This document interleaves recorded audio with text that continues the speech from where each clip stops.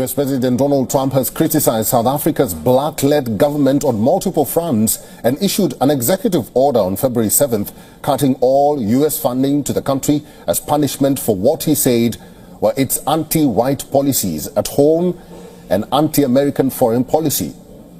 This has forced the South African President Cyril Ramaphosa to pay Trump a visit. Here's a report by our correspondent Kalden Ongmu from Johannesburg. US President Donald Trump has been saying on repeat, but it's a genocide that's taking place that you people don't want to write about, but it's a terrible thing that's taking place, and farmers are being killed.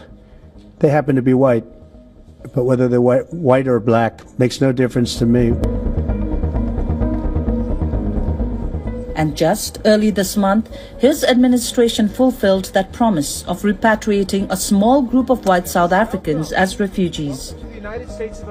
The decision to admit the 49 people also has raised questions from refugee advocates about why this group should be admitted when the Trump administration has suspended efforts to resettle people who are fleeing war and persecution and have gone through years of vetting before coming to the United States.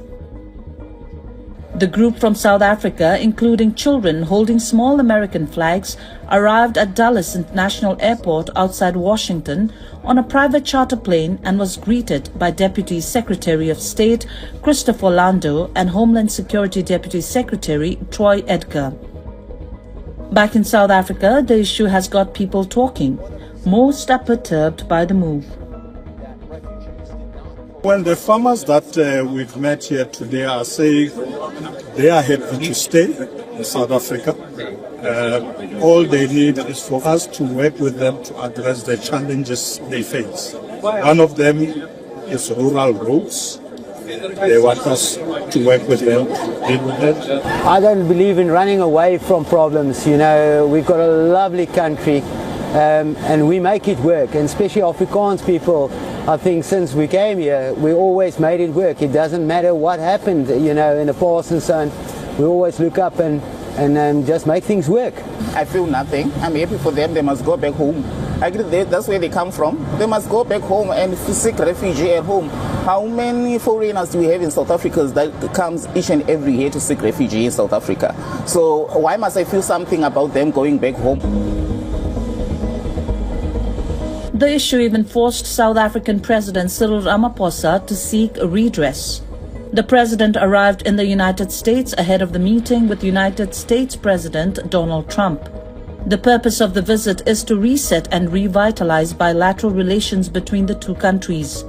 South Africa denies that allegation and says whites in the majority black country are not being singled out for persecution.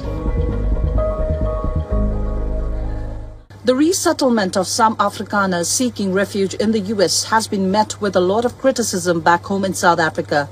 Social media has been flooded with memes with both white and black people criticizing the few dozens that have already left. Reports say there are more people in the queue who is interested in accepting Trump's invite.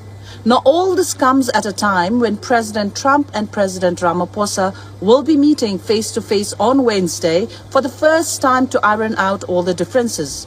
Will Ramaphosa be able to convince Trump that there is no genocide against white people in South Africa? Or will Trump continue to remain adamant about the misinformation? Only time will tell.